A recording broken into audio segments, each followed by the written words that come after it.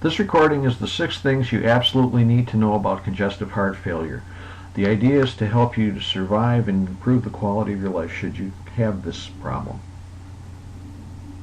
And before we begin, we want to stress the fact that this is just research and information. We strongly suggest you don't self-treat. We're just presenting ideas for you to discuss with your doctor. This is especially true for serious conditions like congestive heart failure. You don't want to be self-treating. These are just ideas, nutritional things that may help you. And certainly lifestyle changes can improve your symptoms, improving your diet for one thing. And you can go to wholehealthweb.com to read more of the research and even link to a practitioner who can help you.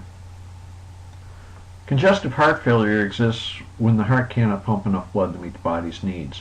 It develops gradually as the pumping action of the heart grows weaker. It can be either right-sided or bilateral. And this problem is on the rise. There's about 5.7 million Americans that have heart failure, and about 300,000 people die from it every year. And there are 400,000 new cases diagnosed each year. Fatigue and shortness of breath are common symptoms. And the number of cases of heart failure has been steadily increasing. For instance, in the decade between 1990 and 2000, the incidence of heart failure increased by 70%. And symptoms include shortness of breath, reduced ability to exercise, shortness of breath with activity, or sometimes just lying down, fatigue and weakness, swelling in the lower extremity of the feet and ankles and even the legs, and a rapid or irregular heartbeat. Other symptoms include coughing or wheezing, often with phlegm. Sometimes it's blood-tinged, pinkish. Swelling or sudden weight gain, swelling in the abdomen. And this is caused by fluid retention, which is characteristic. That's why the legs swell also. Nausea and poor appetite. And difficulty concentrating or decreased alertness. And perhaps the first and most basic thing you need to look at if congestive heart failure is a problem for you is your diet. There's a lot of research that demonstrates that congestive heart failure is at least in part due to oxidative stress and inflammation. If you need to know more about these terms, you can go to Whole Health Web. There's lots of articles about it. But one of the things that can really contribute to oxidative stress and inflammation is the diet. And one of the things that can really help protect against oxidative stress and inflammation is the diet. Mainly you want to eat a low inflammatory antioxidant rich diet, and what that means is you want to avoid food additives and colorings, hydrogenated, partially hydrogenated oils, trans fats absolutely need to be avoided, and also starches, white starches, refined grains, and sugar are all pro-inflammatory and can make your condition worse. On the other side of the coin, you want to eat lots of fresh produce. Plants are full of natural antioxidants and vitamins A and carotene and things that help protect your cells. And brightly colored produce, green, orange, purple, fruits and vegetables, very high in antioxidants. So if you begin to change your diet, of course, this will help any condition, but especially true for congestive heart failure. The second thing we want to mention is coenzyme Q10. CoQ10 is made by all of your cells and has to do with energy production. But there are lots of studies that show the benefits of CoQ10 supplementation to patients with congestive heart failure.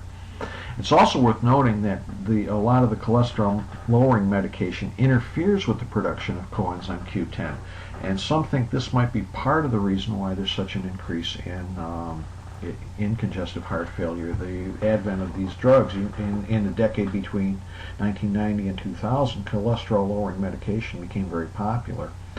And this is something to discuss with your doctor because supplement quality, the dosages need to be right. You need to be taking enough. Don't just go out and buy some CoQ10 and find, this is something to be discussed with your doctor. Another important substance that's well researched and is carnitine. Carnitine is important for the burning of fats, and there is a lot of research that shows that it has improved the condition of congestive heart failure patients. Once again, discuss it with your doctor. Don't go out and buy carnitine and start taking a bunch of it. And as stated earlier, there are a number of research studies that have shown carnitine supplementation to improve cardiac function, improve survival. Lots of research on this substance. So mention this to your doctor and find out about, like I said, dosages, quality of the product again, the form of carnitine too that you would be taking. And the fourth thing you need to know about is thiamine. Thiamine is vitamin B1.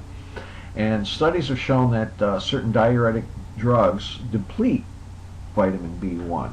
And this is important because if you if you do actually have congestive heart failure and you're taking what they call a water pill or a diuretic pill, you could be depleting thiamine. Thiamine is very inexpensive, and also you can take a lot of thiamine and it doesn't cause any problems. But this is an important nutrient to ask your doctor about.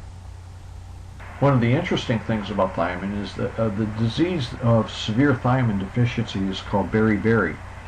And one of the characteristics of beriberi is an enlarged heart and heart failure, in the form that we know as wet beriberi. So, and symptoms of thiamine deficiency include things like shortness of breath. Also, there are studies that have shown that thiamine supplementation has improved cardiac function in patients with congestive heart failure. So this is another substance to discuss with your doctor.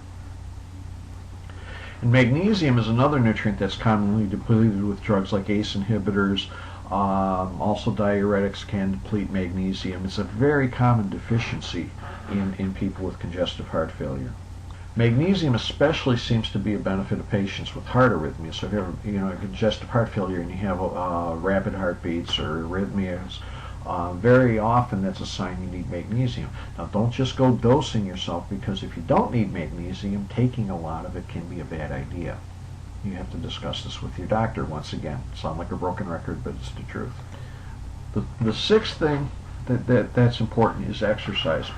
According to research, the distance a patient can walk in 6 minutes can predict how well they will survive and if he or she is likely to be hospitalized. And that was published in the Journal of the American Medical Association. So your capacity to exercise. Now it's interesting because some of the studies of the substances we've discussed earlier actually increase the ability of an individual to do exercise. And the thing about exercise is the more you do it, the more endurance you get.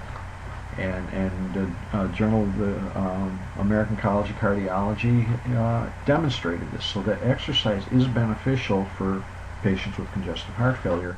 But once again, you need to do this under a doctor's supervision. You don't want to overexert yourself, and you want to make sure you're doing adequate exercise and proper exercise.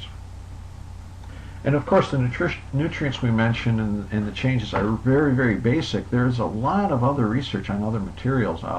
Taking antioxidants, eating a diet that's high in antioxidants is helpful. Different antioxidants like vitamin C and selenium have been studied and have shown to be a benefit.